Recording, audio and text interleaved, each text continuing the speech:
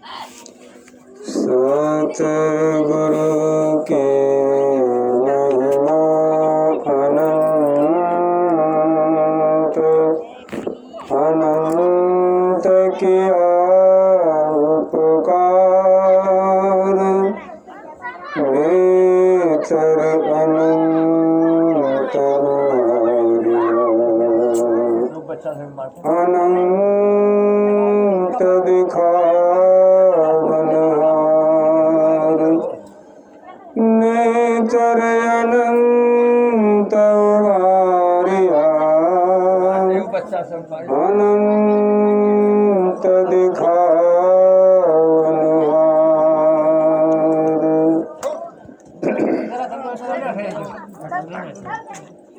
बहु बातन याद करी सत संग बचत भीतर से करछी होय जग भर मत जैसे बंध्या गीत गावी पालना झोलावत प्रसव ही पीरा सो तो ही नालत बहु बातन याद करी सत संग बाचत भीतर से करछी होय जग भर मत जैसे बंध्या गीत गावी पालना झोलावत प्रसव ही पीरा सो तो ही नालत जैसे मिट्टे भांड में ग्वाला छिर राखत खाली भांड आगे राखी घृत जुंबर कत विजय विमल संत ऐसे ही रमत तीने के तो आत्मा अनुभव छलकत जैसे मिट्टी भांड में ग्वाला चिर राखत खाली भांड आगे राखी घृत जुंबर कत विजय विमल संत ऐसे ही रमत तीने के तो आत्मा अनुभव छलकत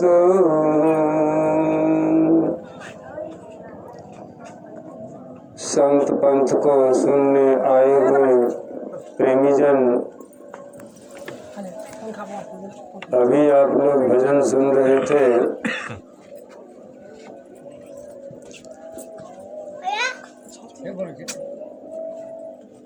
भजन गाने से क्या होगा?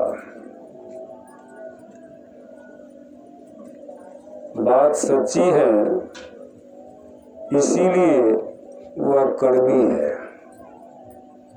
सच्ची बात बहुत कड़वी होती है और इसको सहन करने वाले बहुत लोग कम होते हैं, बहुत ही कम लोग होते हैं। अगर समय का मोल नहीं जाना तो भजन गाने से क्या होगा? समय क्या है?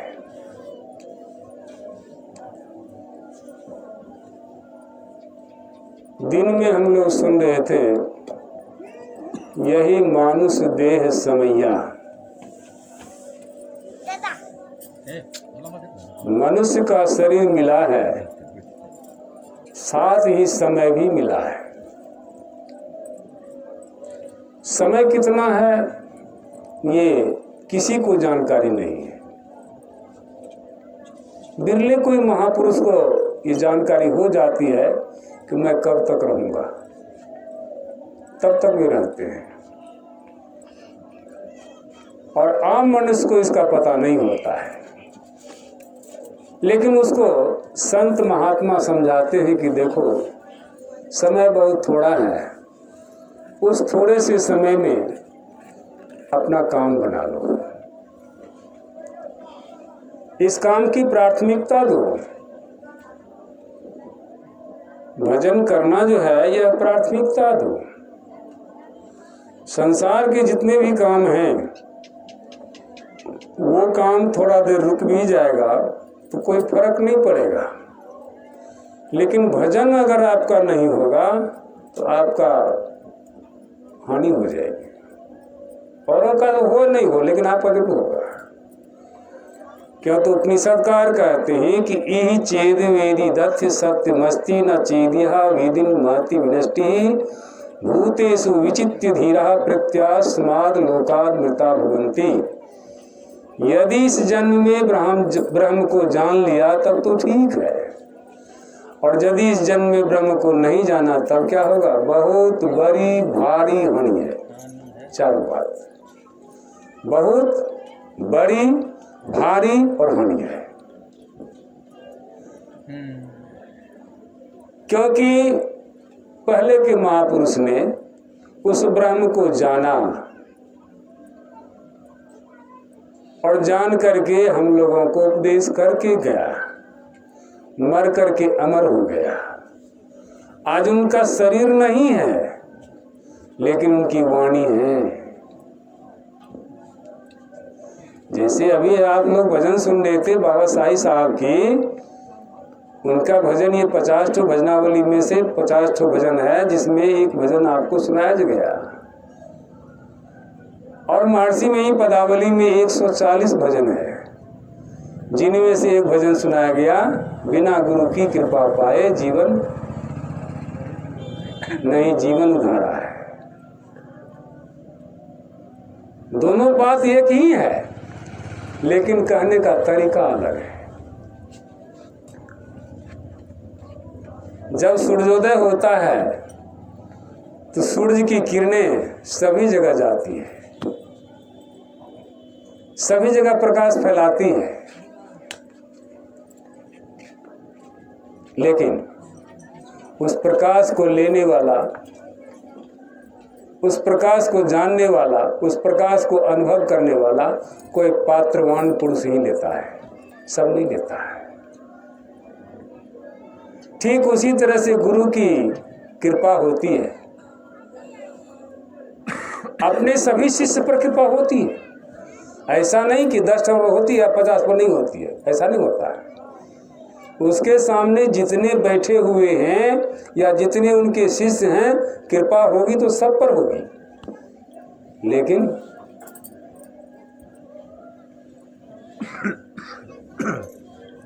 पात्रता होनी चाहिए।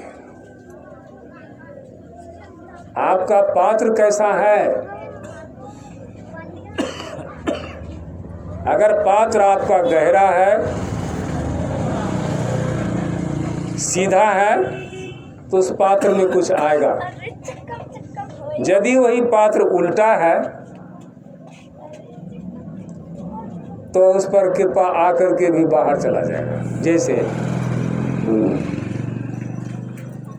गुंब पर अखरोट फेंकना। अखरोट बहुत कीमती चीज है। दाख में अखरोट जो है बहुत महंगा है, लेकिन उसको गुंबज पर फेंका जाए तो किस काम का होगा? कोई काम का नहीं होगा। उसी तरह यह सत्संग, उपदेश, अमर कथा अनमोल है,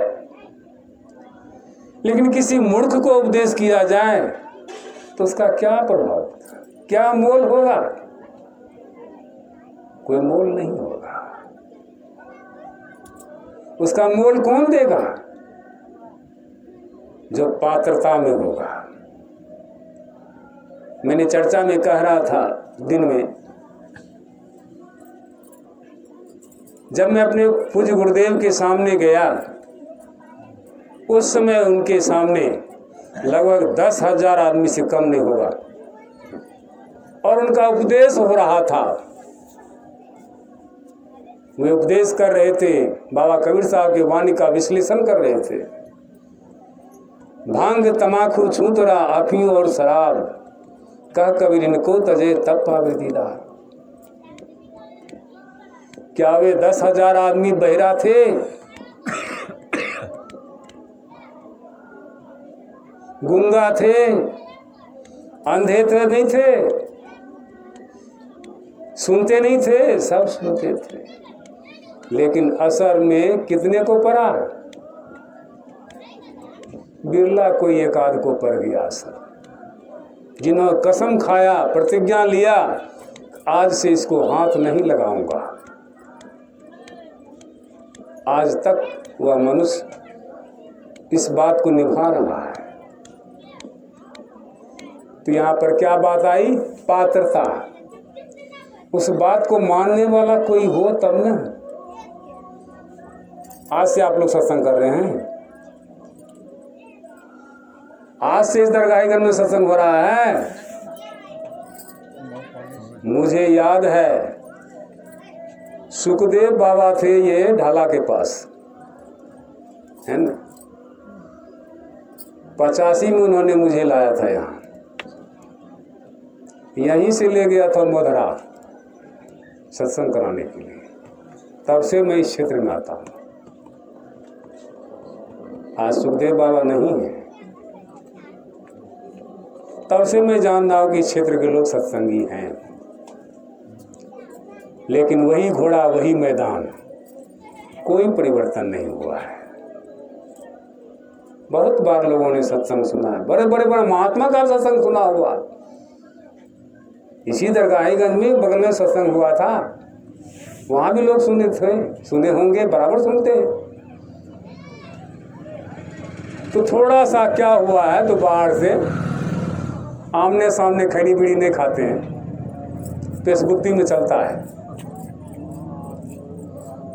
हाँ, मछली मांस नहीं खाते हैं, या तो आपका स्वाभाविक जातीय वंशीय गुण है। जदुवंशी में मछली मांस खाए ये तो बहुत बड़ा गुनाह है, लेकिन फिर भी बहुत लोग नहीं मानता, खाता भी है। क्या करेगा, पीछे का संस्कार है, कुत्ता चिल्लर बिल्ली का, तो क्या करेगा, खाता है। मनुष्य का संस्कार तो है नहीं, जिसको मनुष्य का संस्कार है वो छोड़ दिया है। यह बात बहुत बार सुनाया समझाया गया। ये भजन बहुत बार गाए सुने होंगे, लेकिन असर क्यों नहीं पड़ा? इसलिए नहीं पड़ा, वो भी मैं बता देता हूं। एक महात्मा जी के पास एक सज्जन गए, कहते महाराज मैं बहुत गरीब हूं, मुझे कुछ ऐसा उपाय बताइए कि मैं धनी हो जाऊं। तो उन्होंने एक पारसमणि पत्थर दिया, कहा इस पारसमणि पत्थर को ले जाओ, लोहा में छुला दोगे तो सोना हो जाएगा। वह आदमी सोचा इतना महत्वपूर्ण चीज है, तो उसी समय एक नरम कागज में लपेट लिया,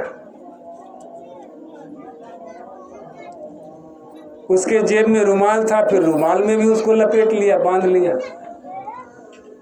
और जब घर गया तो लोहे का संदूक खरीद करके लाया और उस लोहे के संदूक में उस पारसमणि पत्थर को रख दिया। बरसों उसका इंतजार करते रहा कि अब सोना बनेगा, अब सोना बनेगा, लेकिन सोना नहीं बना। कारण क्या था? साल में महात्मा जी आते थे, फिर महात्मा जी के पास गए, कहते हैं कि महाराज उस बार जो आपने दिया था पारसमणि पत्थर सो मैं संदूक में रखा, लेकिन आज तक सोना नहीं हुआ। ऐसा तो हो नहीं सकता है। सोना में, लोहा में तुम पारसमणि पत्थर छुड़ाओ और सोना नहीं बने, ऐसा तो हो नहीं सकता है। जरूर कोई न कोई डिमेरिट रहा होगा, कोई कमी रही होगी। कहा चलो दिखाओ, तो ले गया उनको। कहा संदूक कहाँ? का ये है। कहा इसको खोलो, कहाँ रखा है पारसमणि पत्थर? का इसके भीतर है। कहा निकालो, निकाला। कहा कहाँ है? कहते रुमाल के भीतर है। कहा रुमाल को खोलो, रुमाल को खोलवाया। कहा अब कहाँ है? कहते कागज के भीतर में। कहा कागज को भी खोलो, कागज को भी खोल दिया। कागज और रुमाल, कपड़ा दोनों को हटा दिया और तब पारसमणि पत्थर को रख दिया, तो मिंटने लगा और सोना हो गया। का देखा, सोना बनाने का तरकीब भी है, लेकिन तुम तो इसको कुछ और ही कर दिया था। सोना बने क्यों? ठीक उसी तरह से हम आप दो चीज में फंसे हुए हैं, और ये सच्ची बात है, लेकिन है कर्मी। एक तो कागज की तस्वीर में फंसे हुए हैं और दूसरा ललका बस्तर में फंसे हुए हैं। ये दो कारण है जिसके कारण कि आपका हृदय कृपा पात्र नहीं बन पाया है। कृपा तो बरसती है, 24 आवर बरसती है, लेकिन पात्रता नहीं है।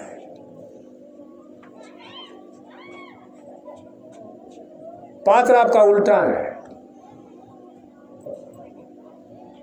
तो उस पर क्या रखा जाएगा, क्या रहेगा, क्या टिकेगा आपके ऊपर? कमी तो हमारी होती है, लेकिन हम दोष गुरु जी को लगाते हैं। कहा सबसे बेवकूफ तो गुरुवे जी होता है, को तो फालतू का आदमी है, गांव गांव बोखे फिरता है, खाते पीते फिरता है, 5-10 टका ले भी लेता है, चलवा को मुड़ के रख लेता है। तो फालतू आदमी है, काम धंधा है थोड़े उसको। घर में रहता तो गाय और माल चराता, जैसे आप लोग चराते हैं, खिलाते पिलाते हैं, खेती गृहस्थी करते हैं। वो साफ निकम्मा हो गया है। समाज का सबसे यदि गया बेता आदमी है तो एक साधु है। क्या तो निकम्मा है, काम या नहीं करता है। अरे बाबू, वो जो काम करता है सो आप नहीं कर सकते, वह भीतर में करता, वह बाबू आप बाहर में करते। उतना मेहनत आप नहीं कर रहे हैं।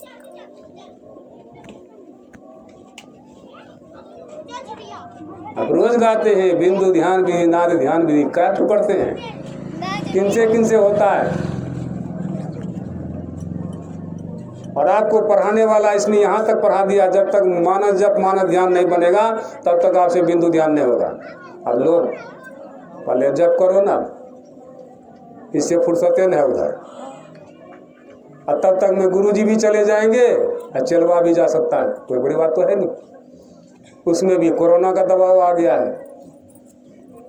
कौन गुरु को देखता है, कौन चला को देखता है, सब अपने आप में फंसा हुआ है। असली काम से दूर कर दिया गया है। असली काम क्या था? बिंदु ध्यान विधि नाद ध्यान विधि, दृष्टि योग नादानुसंधान, ये साथ साथ होता है, होना चाहिए। बाबा कबीर साहब के वाणी में है, शून्य ध्यान सबके मनमाना, तुम बैठो आत्म स्थाना। आपको आत्मा का ध्यान करना चाहिए कि जड़ का ध्यान करना चाहिए? आप जड़ का ही ध्यान करने लगे हैं, आत्मा का ध्यान तो होता नहीं है। तो आत्मा क्यों दर्शन दे? इतना बेवकूफ है क्या? सबसे बेवकूफ परमात्मा ही है, आपको दर्शन दे देगा?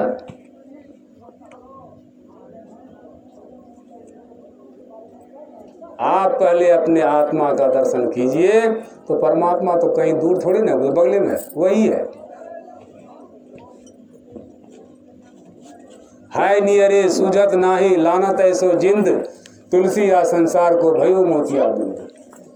मोतियाबिंद की बीमारी हो गई है।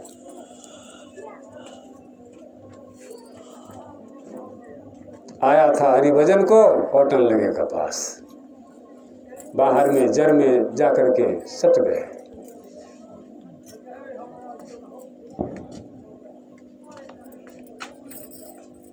डेकोरेशन में फंस गए। ये डेकोरेशन क्या है? आपको भूल भुलावा की चीज है। गोस्वामी जी अपने विनय पत्रिका में लिखते हैं, ज्यों सर विमल वारी परिपूर्ण ऊपर कछु से वार्त छायु। ज्यों सर जैसे, सर मन सर मन तालाब, सर मन सरोवर, और अंग्रेजी के सर मन महाशय महाशया, और सर मन सिर भी होता है। यहाँ पर गोस्वामी जी उस सरोवर तालाब से कोई लेन देन नहीं है। गोस्वामी जी का संकेत है सिर से। ज्यों सर विमल, अगर सरोवर को संकेत करते तो सरोवर में पवित्र जल नहीं होगा। किसी भी तालाब में, किसी भी सरोवर में पवित्र जल नहीं हो सकता है, दावे के साथ में कह सकता हूं। अमृतसर में आपने सुना होगा कि सरोवर है, लेकिन उस सरोवर के भीतर जाने वाले आदमी को तो शौचालय की व्यवस्था किया गया है, पैर धोने की व्यवस्था की गई है जब तक भीतर जाता है गुरुद्वारे के आगे में। लेकिन उस सरोवर में जो मछलियां रहती है उनके लिए शौचालय की व्यवस्था किधर किया है? उनका खाना पकाना किधर होता है? अरे बाबू उसी सरोवर में होता है, तो गंदगी उसका कहाँ जाता है? आपके पेट में गंदगी है, उसके पेट में क्या अमृत है? उसके भी पेट में तो गंदगी ना है, अब वो उसी में करता है, तो पवित्र कैसे हुआ? क्या वो पानी आप पिएंगे? हो सकता है अमृत सुन करके समझ करके एक आध बूंद पी भी लेंगे, उससे कोई फर्क भी नहीं पड़ने वाला है।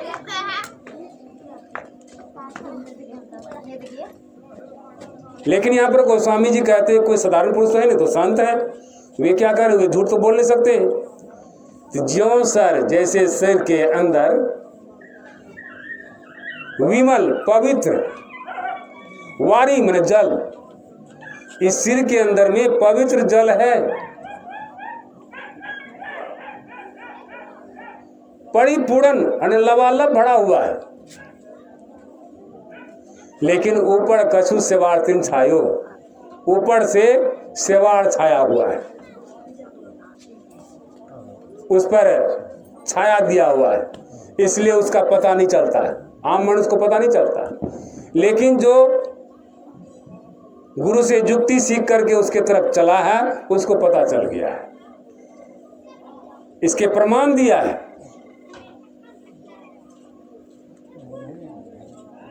गोरखनाथ जी महाराज अपने वाणी में कहते हैं, औंधा कुआं गगन में तह अमृत के बासा, सगुरा होई सु भर भर पिया निगुरा जाए पियासा। औंधा कुआं,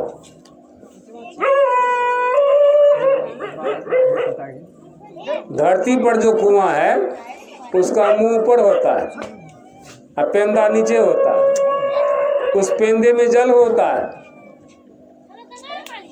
लेकिन औंधा कुआं, यहाँ पर संतवानी कह रहे हैं कि औंधा कुआं यह मनुष्य के सिर के भीतर एक ऐसा कुआं है जिसका मुंह नीचे है, पेंदा ऊपर है, लेकिन उस कुआं में अमृत लबालब भरा हुआ है।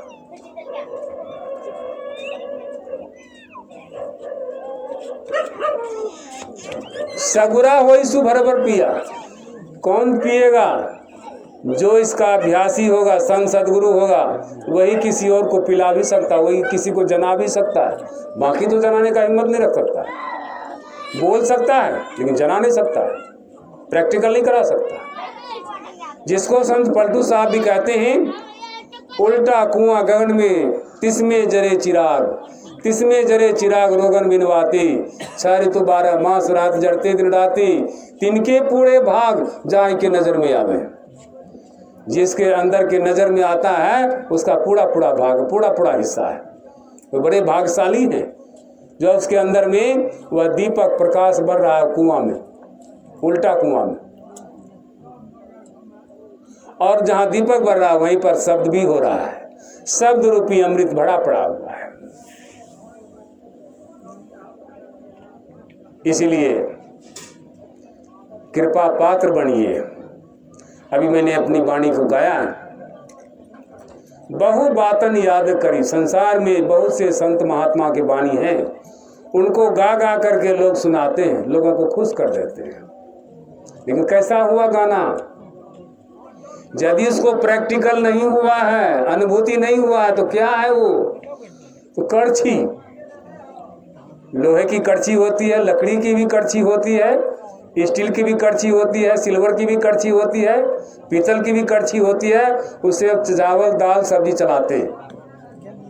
उसको धो करके पूछिए, या लगा हुआ है तभी पूछिए कि कहो जी दाल सब्जी कैसी बनी है, वो कड़छी क्या बोलेगा? भीतर ऐसे कड़छी हुई जग भर माता हूं।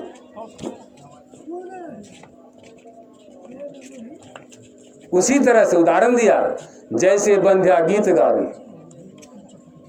जिसको संतान नहीं हुआ उसको बंध्या कहते हैं, लेकिन वह भी शौक करती है, अपने दिल को बुझाती है, तो पैसा लगा करके खिलौना खरीद के लाती है, पालना बनाती है, उसमें उस खिलौना को रखती है, झुलाती है, लोरी गाती है, सुनाती है।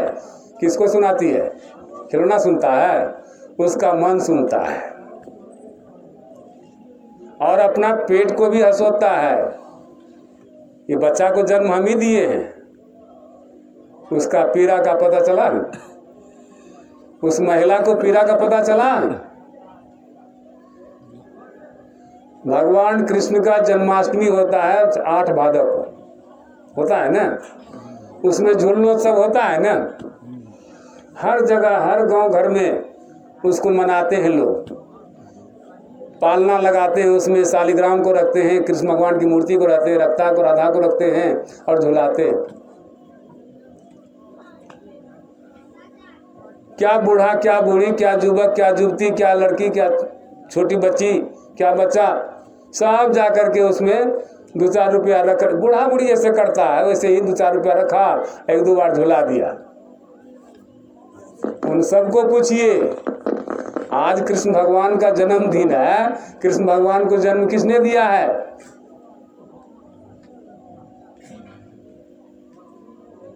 आपने दिया है। प्रसव का पीड़ा मालूम हुआ?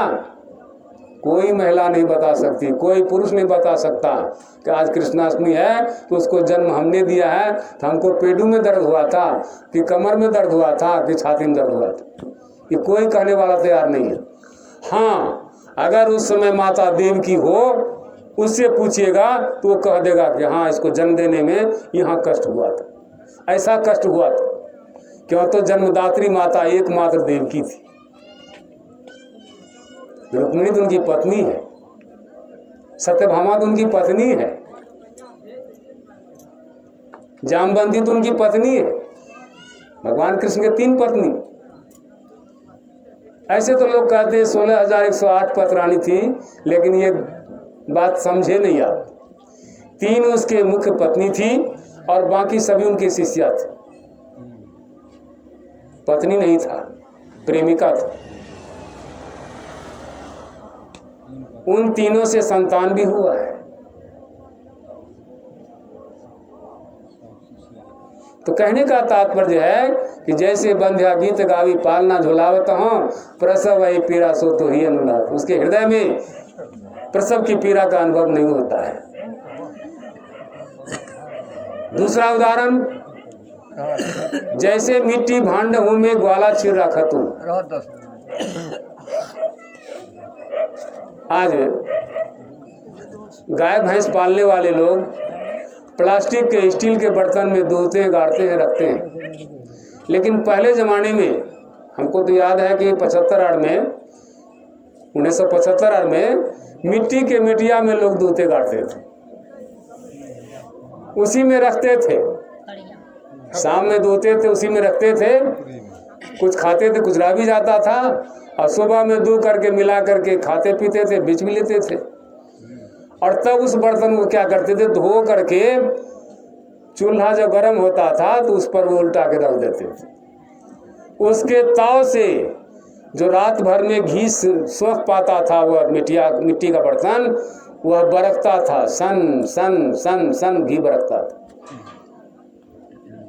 या मिट्टी के बर्तन में गुण है कि लोहा वाला स्टील वाला में भी है, उसको भी आप सुनाते हैं, उसको आप नहीं सुना सकते।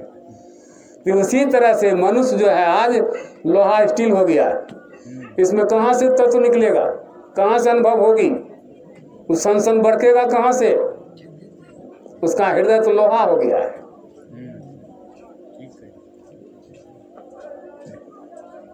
अंतिम निचोड़ उपदेश करते हैं कि विजय विमल संत, जो इसका अनुभव किया है वो विमल संत है।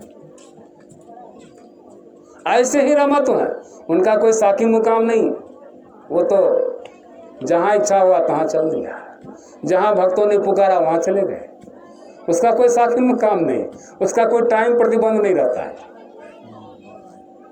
डायरी मेंटेन नहीं होता है। लेकिन जो दुकान चलाते हैं उसका डायरी मेंटेन होता है, क्या उसी हिसाब से उससे लेना देना भी है, इसको लेना देना क्या है। ऐसे ही रमत है तीन के तो आत्मा अनुभव से छलकर, उनका आत्मा का अनुभव है।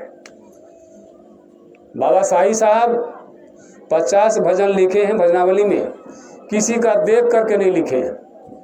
महर्षि में परमान जी महाराज भी अपने पदावली में 140 भजन लिखे हैं, वो किसी का देख करके नहीं लिखे हैं। और यह दास भी 90 भजन लिखे हैं संत विजय विहंगावली में, वो भी किसी से देख के नहीं लिखा है, अपना जो स्फुरना हुई है वही लिखा है उसमें, अपने ऊपर है। कोई जोड़ तंगड़ करके लिखते हैं, उसका मैंने ठेका नहीं लिया है। कहने का आशय है कृपा पात्र बनिए, कृपा आप से आप आएगी। दया का पात्र बनिए, दया आप से आप होगी। ठीक उसी तरह से सिर्फ भजन गा लिए, मन को रिझा लिए, लेकिन दिल को नहीं रिझाया तो क्या है रिझाना हुआ। बहुत बात बना बना करके लोगों को रिझा लिया, लेकिन अपना दिल को रिझाया। अपने दिल को नहीं रिझाया तो दुनिया को रिझा लिया। एक को नाखुश कर दिया आपने, 100 को खुश कर दिया होगा, लेकिन एक को नाखुश कर दिया। और जो एक को खुश करता है वह 100 को नाखुश क्या करेगा, लाखों को खुश कर देगा। लेकिन उस समय खुश नहीं होगा वो जब चला जाएगा संसार से तब खुश होगा, उसके सामने खुश नहीं होगा। क्यों? तो सभी व्यवहारिक सत्ता में उस पर विश्वास ही नहीं जमेगा, ऐसा नियम है। तो हम लोगों को चाहिए असली काम सीख करके करना चाहिए, और वहां करना चाहिए जहां से कि यह लोहा सोना बन सके। इस पर 2 पर्दे जो है इसको हटाइए, और ये दोनों पर्दे आपको होना ही नहीं देगा सोना। तस्वीर दर्शन की चीज है, दर्शन कीजिए। हाँ ऐसे थे हमारे, आज भगवान राम नहीं है लेकिन उसकी मूर्ति है, उनका तस्वीर है, दर्शन करते हैं, उसके पीछे जान नहीं गंवाते। जान कौन गंवाता? मूर्ख आदमी। आज जो हुआ फैसला हुआ राम अयोध्या मंदिर का, उस जब झगड़ा हुआ था तो कितने मनुष्य मारे गए थे, कितना पढ़े लिखे कितना अनपढ़ मारे गए थे, कितना हिंदू मारे गए, कितने मुसलमान मारे गए। ना तो मुसलमान को बाबरी मियाँ बचा पाया और ना हिंदू को राम बचा पाया, मरने वाला मर ही गया। तो झूठे के पीछे ऐसा हुआ, झूठे केस के पीछे इतना पेशीदार लगा रहा। केस तो प्राय झूठा ही होता है, लेकिन हकीकत तो यह था कि वह आत्मा राम सबके पास है। उस आत्मा राम को जानिए, उसी आत्मा राम को जानने के लिए आपको एक काम करना होगा। वह काम क्या है? शून्य ध्यान करना होगा। और शून्य ध्यान से ही आपका दृष्टि योग अनाद अनुसंधान दोनों होगा, एक ही साथ होगा। कौन कहता है बारी बारी से होगा? वो नहीं किया है, वो खाली व्याख्या करने जाना है, अलग करने के लिए जाना है, अपना पुड़िया भूनने के लिए जाना है। ऐसा हो नहीं सकता है।